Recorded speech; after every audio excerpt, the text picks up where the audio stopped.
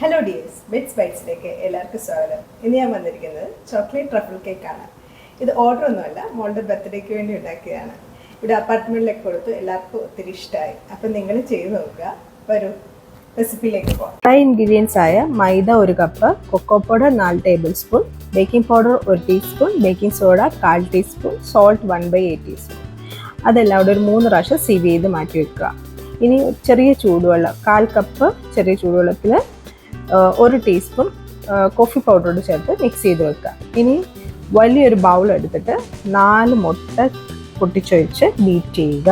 അതിലേക്ക് പൊടിച്ച പഞ്ചസാര കുറേശ്ശെയായിട്ട് ചേർത്ത് ബീറ്റ് ചെയ്തെടുക്കുക.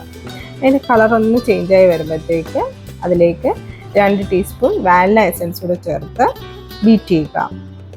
ഒന്ന് ബീറ്റായി വരുമ്പോഴത്തേക്കും അതിലേക്ക് വെജിറ്റബിൾ ഓയിൽ ഏത് വേണമെങ്കിൽ ചേർക്കാം. കോക്കനട്ട് ഓയിലൊന്നും ചേർക്കരുത്. അത് ഒരു 100 ml ചേർത്ത് നല്ലപോലെ ബീറ്റ് ചെയ്തെടുക്കുക.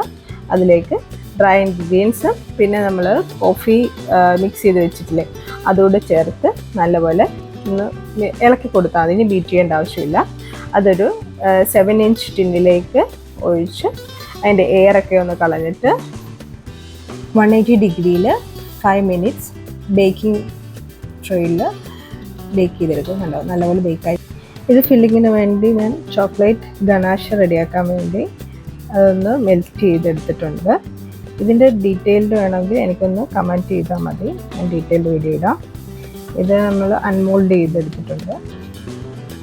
2 ടൈപ്പ് ഫില്ലിംഗ് എടുക്കുന്നുണ്ട്. ചോക്ലേറ്റ് ഗനാഷ് എടുത്തു, ചോക്ലേറ്റ് മൂസ് ഫില്ലിങ്ങും എടുത്തു. മൂസ് ഫില്ലിംഗ് എന്ന് പറയുമ്പോൾ നമ്മൾ അതിനകത്തോട്ട് വിപ്പിംഗ് ക്രീമും കൂടെ ആഡ് ചെയ്യും. ഡാർക്ക് ചോക്ലേറ്റും വിപ്പിംഗ് ക്രീമും കൂടെ ആഡ് ചെയ്യും. ഇനി കേക്ക് 3ആയിട്ട് ലെയർ ചെയ്ത് കട്ട് ചെയ്തു. അതിനുശേഷം ഫില്ലിംഗ് എല്ലാം റെഡിയാക്കി പിന്നെ ഷുഗർ സിറപ്പ് വെച്ചിട്ട് നല്ലപോലെ ഒന്ന് സോക്ക് ചെയ്തെടുത്ത് മൂസ് ഫില്ലിംഗ് ആദ്യം കൊടുത്തു. പിന്നെ നട്ട്സും ചെറിയുടെ ഫില്ലിങ്ങും എല്ലാം ഇട്ട് നല്ലപോലെ ഒന്ന് റിച്ചാക്കി എടുത്ത് ഉപയോഗിക്കാം. മുകളിൽ തട്ടിയതല്ലേ, ഒന്ന് റിച്ചായിട്ട് കൊടുത്തേക്കാന്ന് വിചാരിച്ചു. എന്നിട്ട് ക്രം കോട്ട് ചെയ്ത് എല്ലാം ലെയർ ചെയ്ത് ചെറിയ നമ്മുടെ ചോക്ലേറ്റ് കേക്ക് നല്ല ഒരു കോമ്പിനേഷനാണ്, അതുകൊണ്ട് ഞാൻ അങ്ങനെ എടുത്തത്. പിന്നെ എല്ലാം ഒന്ന് ക്രം കോട്ട് ചെയ്ത് ലെയർ ചെയ്ത് ഫ്രിഡ്ജിൽ വെച്ച് പിന്നെ ഒരു 1 hour കഴിഞ്ഞിട്ടാണ് അടുത്ത ഫൈനൽ കോട്ടിങ്ങിന് ഞാൻ ഗനാഷയാണ് എടുത്തത്.